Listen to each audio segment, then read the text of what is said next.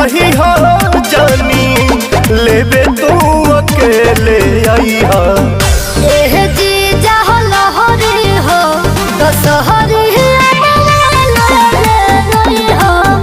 एह जी जह लहरी हो दशहरी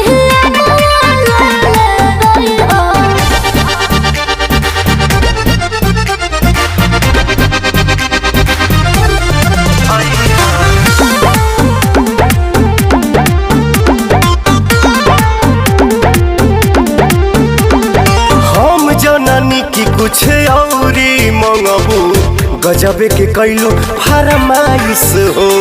लाली और बाली नहीं हमरा के चाहिए हम रोटी खाए बाटे चॉइस हो। अरे दादा हो हम जननी की कुछ और